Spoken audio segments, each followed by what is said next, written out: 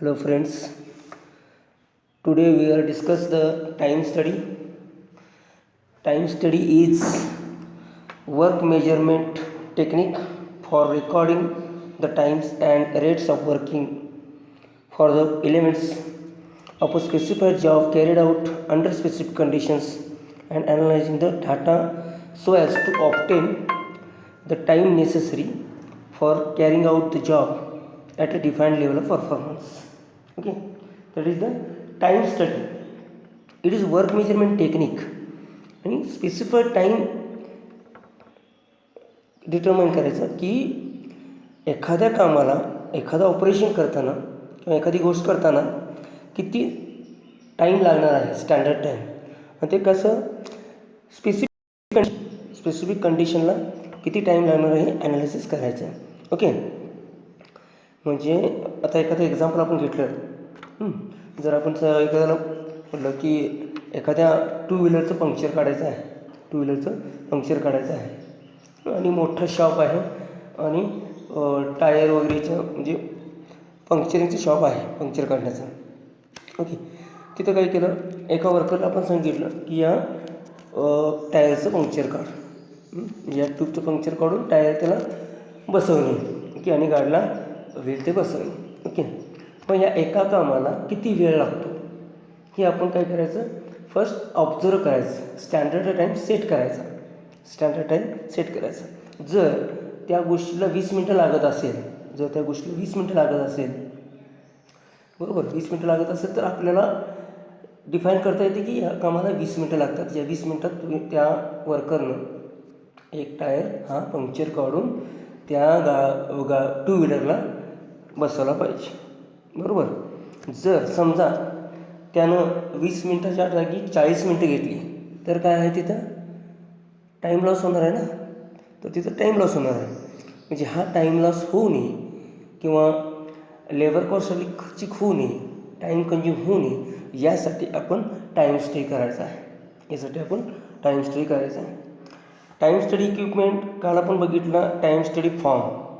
Okay, तसेच बाकीचे आहेत stopwatch, time study board, time study form, calculator, measuring instrument such as tape measure, steel rule, micrometer, vernier, spring. This is a miscellaneous functions, miscellaneous items. Okay, first we are studied the stopwatch. आता आपण काय करणार आहे, stopwatch through काय करणार आहे, time study करणार आहे. Okay, there are 2 methods of timing using a stopwatch.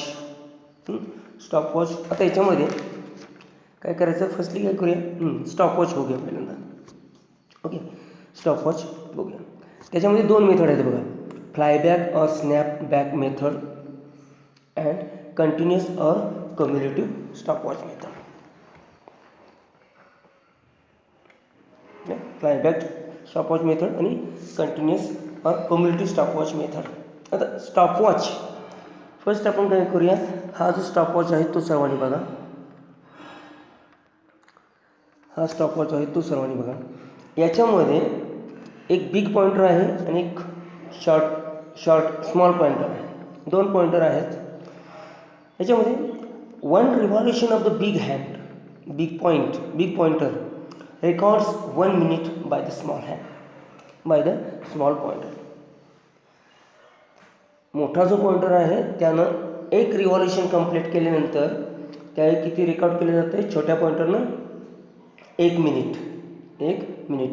The scale covering 1 minute by big pointer is generally calculated in intervals of 1/100 of a minute.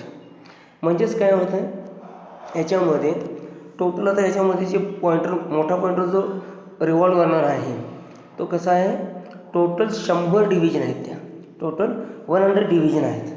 आणि त्यावेळी एक रिव्हॉल्युशन कंप्लीट झाल्यानंतर काय होतं आहे, 1 मिनिट कंप्लीट होते. 1 मिनिट छोटा पॉइंटर काय करतो, 1 मिनिट दाखवतो आहे. म्हणजेच काय, 1/100 डिव्हिजन.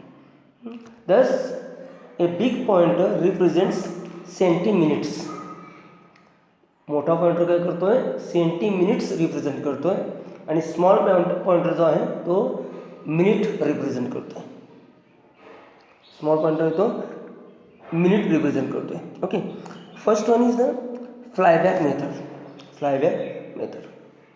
आता याच्यामध्ये बघा, here the stopwatch is started at the beginning of the first element. Stopwatch start केला आणि फर्स्ट एलिमेंटचा टाईम रेकॉर्ड करायला स्टार्ट झाला. At the end of the element the reading is noted in the study sheet. At the end of the element is reading is noted in the study sheet. At the same time, the stopwatch hand is snapped back to 0. This is done by pressing down the knob immediately. The knob is released. The hand starts moving from 0, timing the next element. In this way, the timing for each element is found out. This is called observed time. तर याच्यामध्ये काय म्हणले बघा, ज्यावेळी आपण stopwatch start करतो त्यावेळी पहिल्या एलिमेंटसाठी टाईम ऑब्झर्वेशन करायला चालू होतं किंवा रेकॉर्डिंग चालू होतं. ओके, ज्यावेळी पहिल्या एलिमेंटचं टाईम रेकॉर्डिंग किंवा ते ऑपरेशन कंप्लीट झाल्यानंतर त्याचं काय करणार आपण, रीडिंग जे आहे ते नोट डाऊन करणार, शीटवर नोट डाऊन करणार आहे. अँड सेम टाईम आपण स्टॉपवॉचचा जो वरचा नॉब आहे त्याच्यावर आपण प्रेस केल्यानंतर बिग पॉइंटर जो आहे तो रिलीज होणार आहे आणि तो 0वर जाणार आहे, back to the 0. And then pressing down the knob immediately the knob is released. The hand or pointer starts moving from 0 for timing the next element. म्हणजेच काय होणार आहे, पहिल्या एलिमेंटसाठी टायमिंग रेकॉर्ड केल्यानंतर आपण काय करणार आहे, स्टॉपवॉच बॅक टू स्नॅप करणार आहे किंवा नॉब प्रेस करणार आहे, त्यावेळी तो 0वर जाणार आहे. परत एकदा स्नॅप नॉब डाऊन केला काय होणार आहे, तो परत दुसऱ्या एलिमेंटसाठी टायमिंग रेकॉर्ड करण्यासाठी स्टार्ट होणार आहे. आणि ते जे टायमिंग आहे त्या टायमिंगला आपण काय म्हणतो आहे, ऑब्झर्वड टायमिंग. ऑब्झर्वड टाईम हे फ्लायबॅक मेथडमध्ये झालं. ओके, म्हणजे इंडिव्हिज्युअली प्रत्येक एलिमेंटसाठी आपण वेगवेगळा टाईम रेकॉर्ड करून घेऊ शकतो. आता कंटिन्युअस मेथडमध्ये, फ्लायबॅक मेथडमध्ये काय होतं, प्रत्येक एलिमेंटसाठी time record for each individual element. आता कंटिन्युअस मेथडमध्ये, here the stopwatch is started at the beginning of the first element. पहिल्या एलिमेंटसाठी आपण स्टार्ट केला stopwatch. The watch runs continuously throughout the study. At the end of each element the watch readings are recorded on the study sheet. The time for each element is calculated successive subtraction. The final reading of the stopwatch gives the total time. आता याच्यामध्ये बघा continuously record होत जाणार आहे. पहिल्या एलिमेंटचं काम संपल्यानंतर किंवा एक ऑपरेशन संपल्यानंतर आपण काय करणार आहे, तो टाईम नोट डाऊन करणार आहे. सलग कंटिन्युअसली दुसऱ्यासाठी बिगिन चालू होणार आहे, रेकॉर्डिंग चालू होणार आहे. असं कंटिन्युअसली नंबर ऑफ एलिमेंटसाठी रेकॉर्डिंग चालू होणार आहे. आणि त्या एलिमेंटच्या एंडला किंवा त्या ऑपरेशनच्या एंडला आपण काय करणार आहे, ते टायमिंग रेकॉर्ड करणार आहे. आणि प्रत्येकासाठी ज्यावेळी आपण जे काढणार आहे प्रत्येकासाठी, म्हणजे त्यामधून टोटल टाईममधून काय करणार आहे, आपण सबस्ट्रॅक्शन करणार आहे. एक एलिमेंटसाठी आपण त्यावेळी कॅल्क्युलेट करू शकतो. दिस इज ऑब्झर्व्ड आहे आणि हा पण आहे तो ऑब्झर्व्ड टाईमच आहे. दोन मेथड आहेत, flyback method and continuous method in stopwatch through time study. Okay,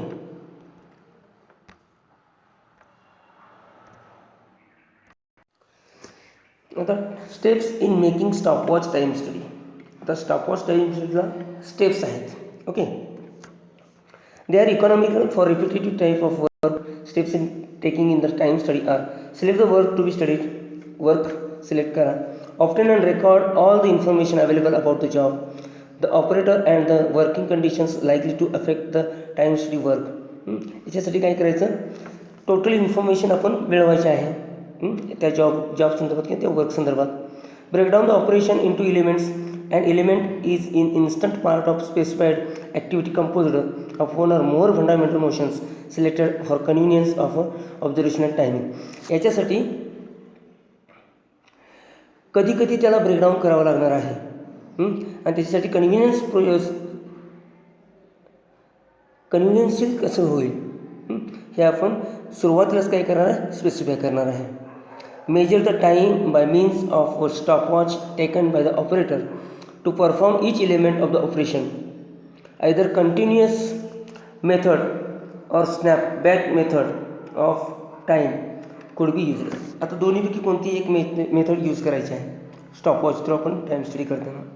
at the same time assess the operator's effective speed of work relative to the observer's concept of normal speed. This is called performance rating. आता performance rating आपण कशाला म्हणतो आहे, normal पेसला म्हणजे त्याचा जो वेग आहे, स्पीड आहे, काम करण्याचं स्पीड आहे ते नॉर्मल स्पीड असलं पाहिजे आणि त्याला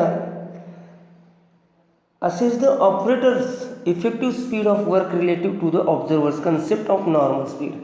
नॉर्मल स्पीडला ऑपरेटर किती काम करतो, किती वर्क होतं त्याच्याकडून, त्याला आपण काय म्हणतो, परफॉर्मन्स रेटिंग म्हणतो. मग परफॉर्मन्स रेटिंग हे पर्सेंटेजमध्ये असते, रेटिंग आहे ते पर्सेंटेजमध्ये असते. Adjust the observed time by rating factor to obtain normal time for each element. Observe time काय करायचं आहे, adjust by rating factor through काय करायचं आहे, ऑब्झर्व टाईम ॲडजस्ट करायचा आहे. रेटिंग फॅक्टर किती आहे, रेटिंग फॅक्टर जर वाढला म्हणजेच काय झालं, नॉर्मल कंडिशनला किंवा नॉर्मल स्पीडनं त्यानं काम केलेलं नाही. नॉर्मल स्पीडनं काम केलं तर रेटिंग फॅक्टर इतका वाढणार नाही की ते कॉमन सगळ्यांना ते वर्क तेवढ्या वेळेत होणार आहे. ओके, म्हणजे रेटिंग थ्रू आपण काय करतो आहे, ऑब्झर्व टाईम ॲडजस्ट करतो आहे. Okay, and to obtain normal time for each element. तर normal time is equal to observed time into rating divided by 100. आता रेटिंग कसं आहे, आपण पर्सेंटेजमध्ये घेतो आहे. ओके, त्याला डिवाइड बाय 100 करतो. At the suitable allowances to compensate of fatigue, personal needs, contingencies etcetera to give standard time for each element. आता याच्यामध्ये सुटेबल अलाउन्सेस म्हणजे कुठले अलाउन्सेस, पॉलिसी अलाउन्सेस आहे, फटीग अलाउन्सेस आहे, पर्सनल अलाउन्सेस आहे, okay, delay allowance आहे. हे allowances आपण याच्यामध्ये ॲड करणार आहे. म्हणजेच काय, एखाद्या वेळेस एखादा वर्कर एक ऑपरेशन करत असताना त्याला कुठंतरी त्याची पर्सनल नीड काहीतरी आहे. म्हणजेच काय, एखादं वर्क करताना एखाद्याला इमर्जन्सी कॉल आला तर त्याच्यामध्ये किमान त्याचा अर्धा मिनिट किंवा 1 मिनिट जाणार आहे. हे झालं पर्सनल नीड. एखाद्याला टॉयलेट बाथरूमला जायचं आहे, ही झाली पर्सनल नीड. फटीग, त्याचा कंटाळा आलेला आहे, स्ट्रेस, म्हणजे थोडंसं काहीतरी अनबॅलन्सिंग आहे त्याच्या बॉडीमध्ये, तर ते फटीग, त्याला थोडासा त्रास आहे, म्हणजे वर्किंग स्पीड हे काय होणार आहे, कमी होणार आहे. कंटिजेन्सीज, काही वेळेला सेटिंग करताना, मशीन सेटिंग करताना डिले होतो. ओके, मशीन सेटिंग करताना डिले होते. Okay, that is the delay allowance. ते अलाउन्सेस पण याच्यामध्ये ॲड केले जातात. Compute allowed time for the entire job by adding elemental standard times considering frequency of occurrence of each element.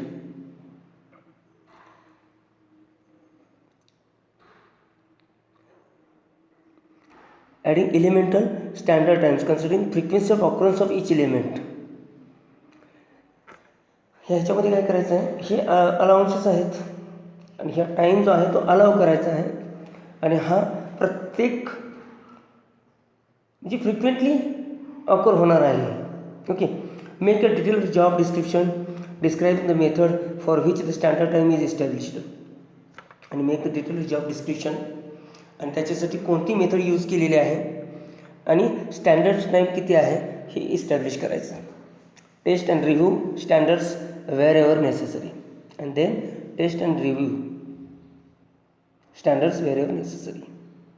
म्हणजे कुठे त्याचा टेस्ट करायचा आहे आणि त्याचा रिव्ह्यू कसा घ्यायचा आहे ते गरजेचं आहे.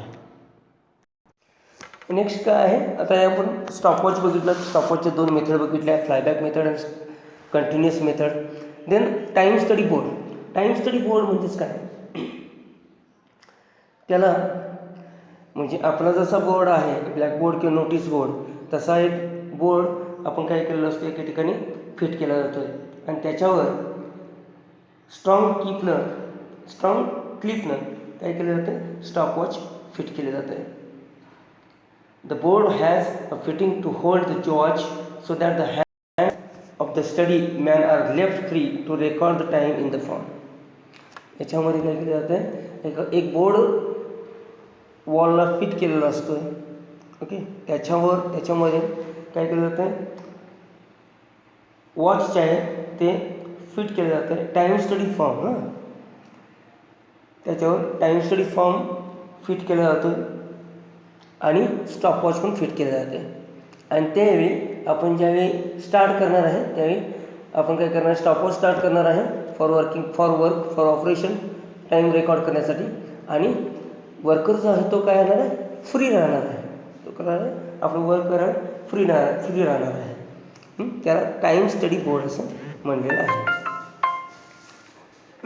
टाईम स्टडी बोर्ड असं म्हणलेलं आहे. टाईम स्टडी फॉर्म आपण काल बघितलेला आहे, तरी पुन्हा एकदा बघूया. Time study form. आता याच्यामध्ये बघा वरती डिटेल्स दिलेला आहे. Date, time study engineer, product, operation, description, number of cycle, standard time and found. Standard time पण त्याच्यामध्ये लिहिलेला असतो. म्हणजे एखाद्या वर्कला, एखाद्या ऑपरेशनला 1 तास वेळ लागणार आहे, 1 आवर वेळ लागणार आहे, टाईम लागणार आहे.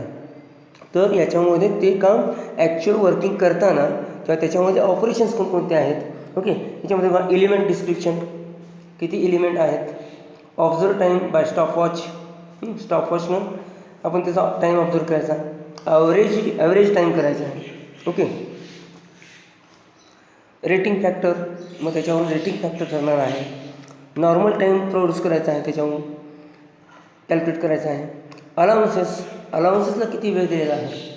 ओके, अलाउन्सेस आणि स्टँडर्ड टाईम कॅल्क्युलेट करायचं आहे. त्याच्यातून स्टँडर्ड टाईम कॅल्क्युलेट करायचं आहे. आणि हे सर्व जे रेकॉर्डिंग आहे ते या एका शीटवर इम्प्लिमेंट करायचं आहे. त्याला आपण म्हणतो आहे टाईम स्टडी फॉर्म. त्याला काय म्हणतो आहे, टाईम स्टडी फॉर्म. आता याच्यामध्ये बघा methods of timing.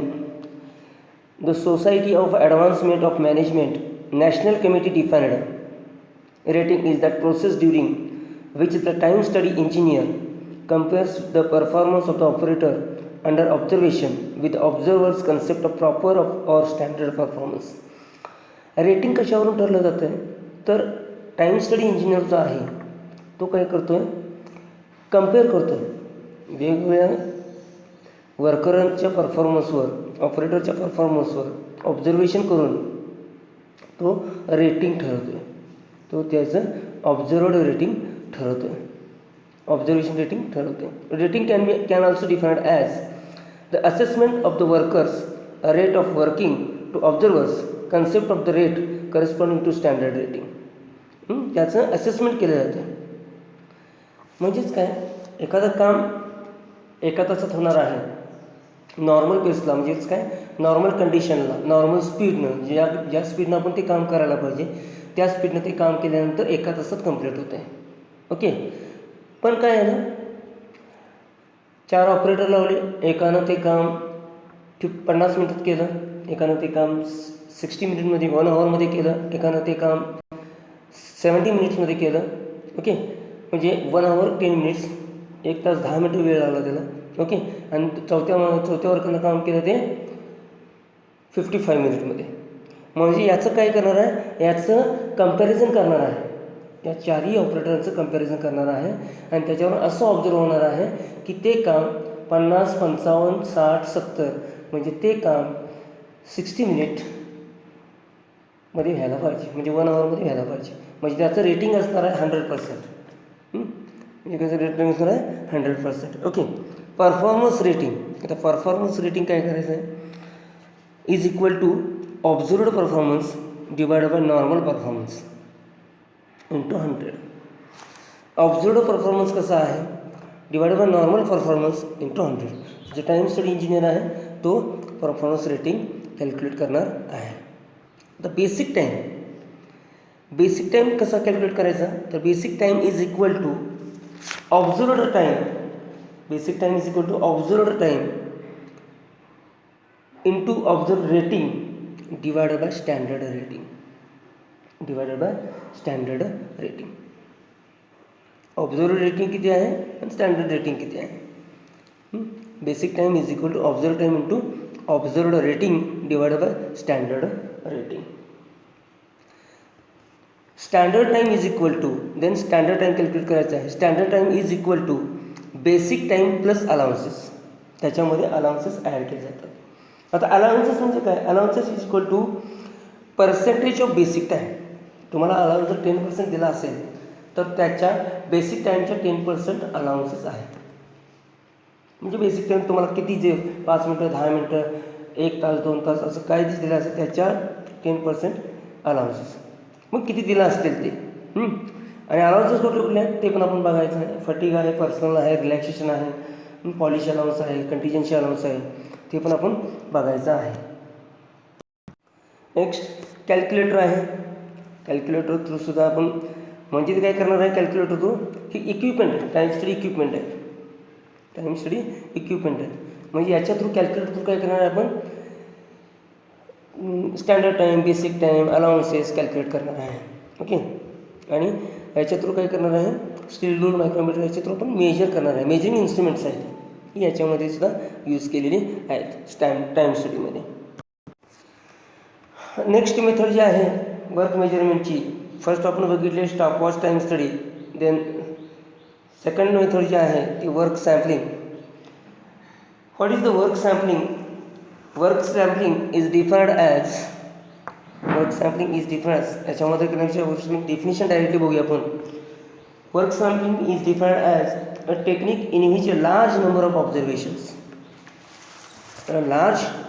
Observations are made over a period of time of one or a group of machines, processes or workers. Each observation records what is happening at the instant and the percent of observation recorded for a particular activity or delay is a measure of the percentage of time during which that activity or delay occurs. ही techniques आपण जी use करणार आहे work सॅम्पलिंगची, large number of observations are recorded. म्हणजे जास्तीत जास्त number of observations आपण याच्या थ्रू रेकॉर्ड करू शकतोय. Large number of observations are conducted at random intervals of time and the state of each member of the group is studied. Number of observations याच्यामध्ये आपण record करू शकतोय. Number of observations आपण याच्यामध्ये record करू शकतोय. ओके. ही develop केलेली आहे बघा Leonard Henry Caleb Tippett in Britain. ही मेथड जी आहे ती डेव्हलप केलेली आहे. Work sampling method involves following 3 main steps. Deciding what activities are defined as working. कोणती ॲक्टिव्हिटी वर्किंग करायची आहे. Working or non working and non working are those activities which are not defined as working. कोणती not working activity आहे ती त्यामध्ये define केलेली आहे. Observe the worker at selected intervals and record whether he is working or not. Observe the worker at selected intervals and record. ती काय करायची आहे रेकॉर्ड करायची आहे. Calculate the portion of time a worker is working. कोणत्या पोर्शनमध्ये worker work करणार आहे ते कॅल्क्युलेट करायचं. A portion of time a worker is working equals to number of observations during which working occurred divided by total number of observations. तर याच्यामध्ये बघा number of observations घेतलेले आहेत त्यातला काय करायचं त्याला डिवायडर काय करायचं total number of observations. Number of observations worker is working equals to number of observations. वर्करनं जे वर्किंग केलेलं आहे त्याला equal to number of observations divided by total number of observations. The above calculation is as performance standard. आता याच्यामध्ये बघा work sampling can tell what percentage of the working day a person spends, for how much time he works, what time he spends for his personal needs and for how long he remains idle.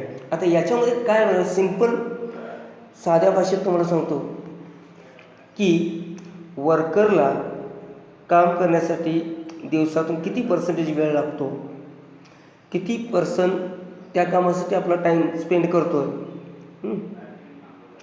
त्यानंतर किती personal नीड्ससाठी time spend करतो आहे, किती वेळ त्याला idle कंडिशनमध्ये राहतो आहे, किती वेळ तो आयडल कंडिशनमध्ये राहतो आहे, ओके, किती वेळ वर्किंग मशीन सेट करायला लावतो आहे, हे आपण बघा. म्हणजे एक्झाम्पल घ्या, एखादा वर्कर आहे, XYZ नावाचा ऑपरेटर आहे, ओके, तो मशीन शॉपमध्ये मशीनवर ऑपरेशन करतो आहे, ऑपरेटर आहे, ओके.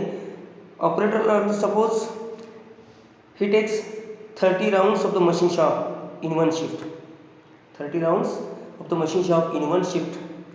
शिफ्ट जी आहे ती 8 आवर्सची शिफ्ट आहे.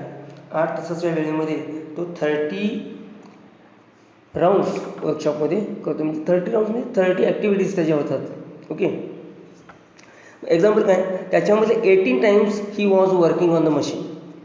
18 टाइम्स तो मशीनवर काम करतो. 4 times he was setting on the machine. 4 वेळा तो मशीन सेट करतो आहे. 4 वेळा तो मशीन सेट करतो आहे. 5 टाइम्स ही हॅज गोन फॉर हिज पर्सनल नीड्स. 5 वेळा तो आपल्या पर्सनल नीड्ससाठी तिथून बाजूला गेला आहे किंवा वर्किंगमध्ये नाही आहे. 3 times he was doing nothing.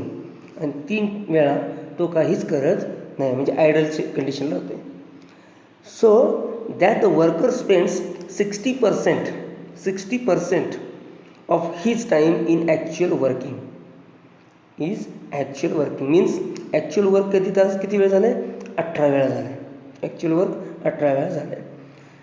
Actual working over the machine 18 times and 10% of the total time he was idle. म्हणजे 3 times he was doing nothing. 3 वेळा तो काहीही करत नाही. म्हणजे टोटल 30 वेळा तो 30 ॲक्टिव्हिटीज करतो आहे. त्यातल्या 5 ॲक्टिव्हिटीज त्याच्या पर्सनल नीडसाठी, 3 ॲक्टिव्हिटीज तो काहीही काम करत नाही. म्हणजे 3 वेळा आपण क्वांटिटीमध्ये आपण हे करतो आहे, ओके. हेच आपण टाईममध्ये सुद्धा घेऊ शकतो, म्हणजे मिनिटमध्ये सुद्धा घेऊ शकतो. म्हणजे एक्झाम्पल म्हणून हे 30 वेळा असं म्हणलेलं आहे. 30मधलं तो 18 वेळा फक्त मशीनवर काम करतो आहे, ओके. म्हणून 10% of the total time he was idle. म्हणजे 3 वेळा तो काय झालं, तो आयडल कंडिशनला आहे, म्हणजे वर्किंग करत नाही, कुठलंच काम करत नाही, ओके. म्हणजे हा आयडल टाईम रिड्यूस करण्यासाठी आपण काय करणार आहे, टाईम स्टडी करणार आहे. किंवा वर्क म्हणजे टाईम स्टडी करण्याची मेथड आहे वर्क सॅम्पलिंग. त्याचं सॅम्पलिंग केलं, याच्यामध्ये नंबर ऑफ ऑब्झर्वेशन्स आपण रेकॉर्ड करू शकतो, ओके. आता ॲडव्हान्टेजेस ऑफ वर्क सॅम्पलिंग काय आहे? Work sampling gives an unbiased work sampling. Advantages of work sampling, it involves much less cost as compared to time study. हे कसं आहे, लेस कॉस्टली आहे. It can be carried out with little training. ज्याला छोटंसं training आपण देऊ शकतो, छोट्या ट्रेनिंगमध्ये आपण वर्क सॅम्पलिंग करू शकतो. It can take long time and more number of operations which are difficult to measure by stopwatch. याच्यामध्ये बराच वेळ आणि नंबर ऑफ ऑब्झर्वेशन्स आपण किंवा ऑपरेशन्स आपण ऑब्झर्व करणार आहे. So difficult by stopwatch through हे काय डिफिकल्ट आहे, okay. Even if the study gets interpreted in between, it does not introduce any error in the result. याच्यामध्ये कोणताही एरर इंट्रोड्यूस केला जात नाही. Observations can be made within the desired accuracy. Observations can be made within the desired accuracy. आणि observations आपण desired accuracy through, ॲक्युरसीसर जशी desire केलेली आहे तसे आपण ऑब्झर्वेशन्स करू शकतो, okay. Disadvantages of work sampling, it is uneconomical to study activities of short duration. Short ड्युरेशनसाठी काय आहे, अनइकॉनॉमिकल आहे, ते इकॉनॉमिकल नाही आहे. It is also uneconomical if the study is for one worker working on one machine. एका मशीनवर काम करणाऱ्या एका वर्करसाठी ही जी मेथड आहे ती कशी आहे, अनइकॉनॉमिकल आहे. As it does not break task into elements, it does not give details of each element.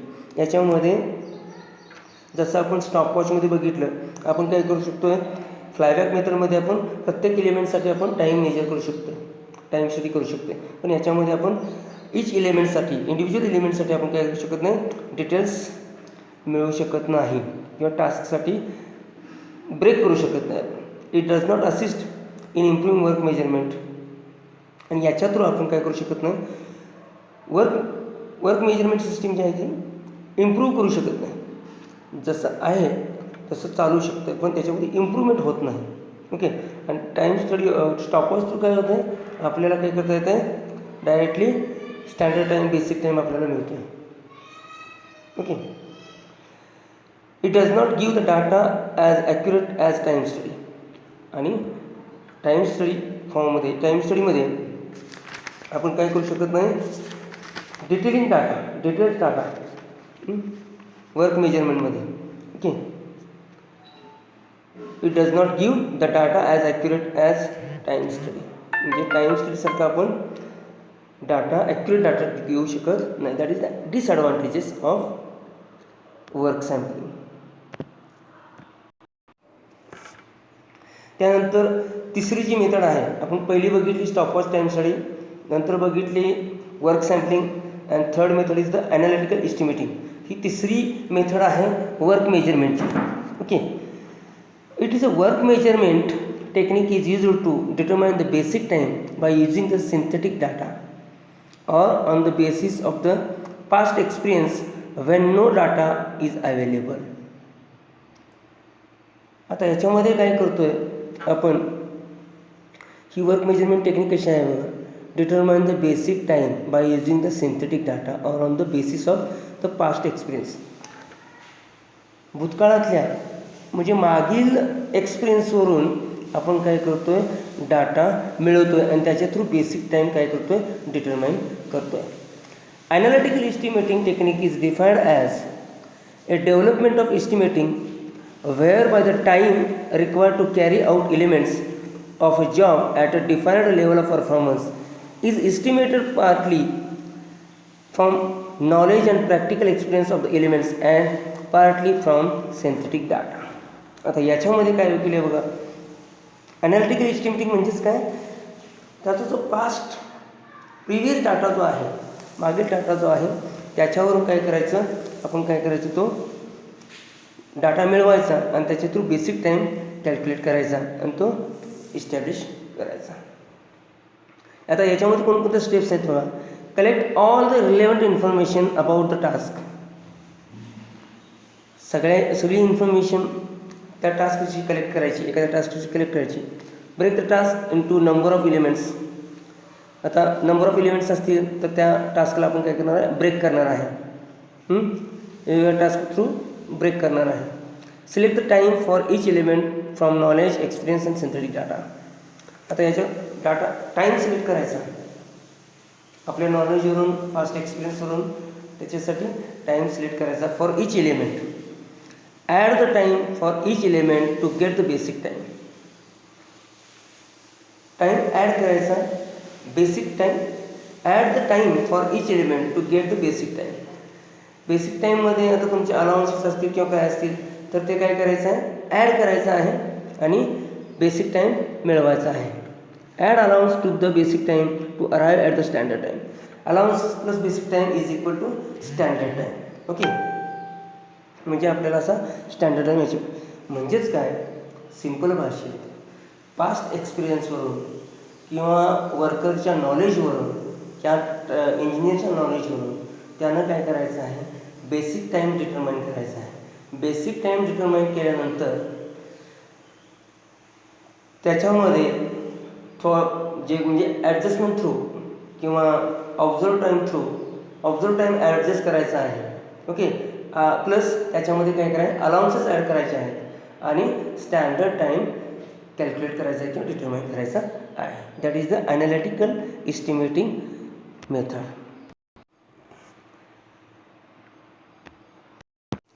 Next method जी आहे ती सिंथेसिस फ्रॉम स्टँडर्ड डाटा हे आहे 4th नंबरची मेथड फॉर वर्क मेजरमेंट. याच्यामध्ये सुद्धा सिंथेटिक डाटाच यूज केलेला आहे.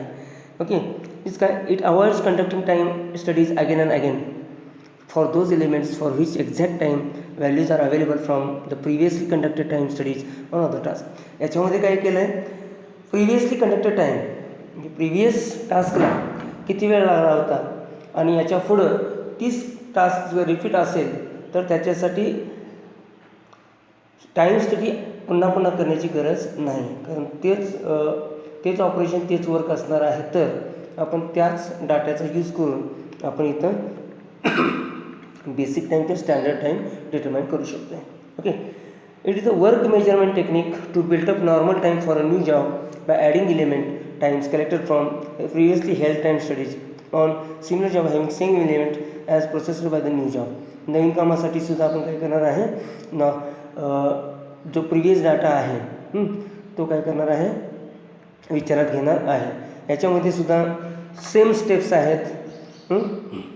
ज्या ॲनालिटिकल एस्टिमेटिंगला स्टेप्स आहेत त्याच सेम स्टेप्स आहेत. ओके, सेम स्टेप्स आहेत सगळे. Collect all the relevant information about the task, break the task into number of elements like machine elements, constant elements and variable elements. Select the appropriate normal time for each element from the previously available time study data. Add the time for each element to get the basic time. प्रत्येक एलिमेंटसाठी time add करायचा आणि त्याच्यातून काय करायचं, basic time determine करायचा आहे. Add allowance to the basic time to arrive at the standard time. Allowances add करायचे, basic time plus allowances is equal to standard time. आता याची ॲडव्हान्टेजेस काय आहेत सिंथेसिस फ्रॉम स्टँडर्ड डाटा किंवा analytical एस्टिमेटिंगची. याचे ॲडव्हान्टेजेस आहेत बघा. टाईम व्हॅल्यूज, आता याच्यामध्ये टाईम कमी लागणार आहे, स्टॉपवॉच यूज करायची गरज नाही. Okay, it involves less time and efforts to determine time values. कमी वेळ लागणार आहे टाईम डिटरमाइन करायला, टाईम व्हॅल्यूज डिटरमाइन करायला. It is more economical process आहे दॅन टाईम स्टडी. टाईम स्टडीमध्ये आपल्याला प्रत्येक एलिमेंटसाठी आपण वेगवेगळा टाईम रेकॉर्ड करत होतो. याच्यामध्ये टाईम रेकॉर्ड करायची तर तुम्हाला गरज नाही. जो सिंथेटिक डाटा आहे किंवा प्रिव्हियस डाटा जो आहे त्याच्यावर आपण काय करतो ते कॅल्क्युलेट करतो आहे. सो लवकरात लवकर आपण बेसिक टाईम स्टँडर्ड टाईम मिळवू शकतो आहे. आणि हे कशाला उपयोगी आहे, परत पुन्हा एकदा, the technique is very helpful in planning and scheduling or controlling as the time values are known before the start of production.